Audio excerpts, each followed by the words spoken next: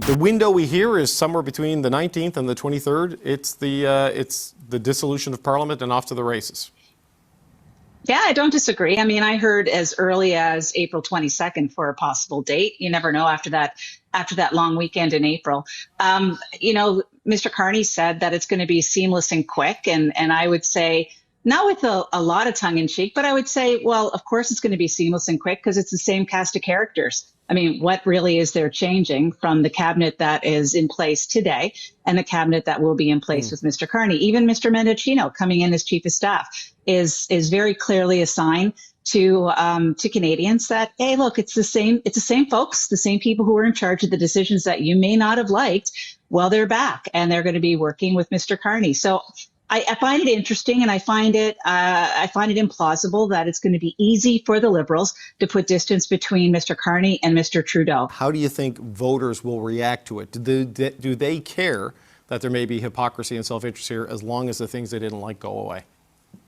Well, we're going to find out. But I think the other way of characterizing it is that they're taking the advice of Pierre Poilievre over that of Mark Carney, because Mark Carney at the beginning was saying, let's go carbon tax, and didn't say anything against the capital gains tax. Yet it was Pierre Poilievre who's actually bringing to the attention of Canadians the difficulties with these and bringing the voice of Canadians to Parliament and questioning the government on it. And now they have found religion and they are going in that direction, and they all stood up and applauded it. So you're being, I think, quite generous in how you describe it. Other people would have a different word than hypocrite, but it's for them. But I need to address one thing. I know Sure. Vandana brought up the security clearance thing.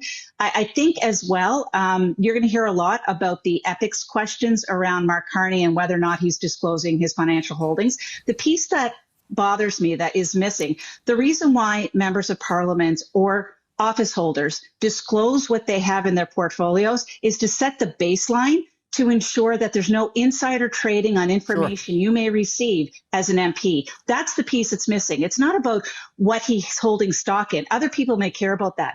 What I want to know and what I'd like to track is that nobody's making money off of decisions that he's privy to that no one else is. And he's not giving us that baseline right now. Okay, as I read the ethics rules, is that if you're a cabinet minister or you have to divest either by selling everything that the ethics commissioner says is a conflict, or by putting it in a blind trust, and that because that constitutes divestment under the rules. So if he accelerates that and goes there right away, problem solved, do you think, Lisa, or still a problem? I don't know.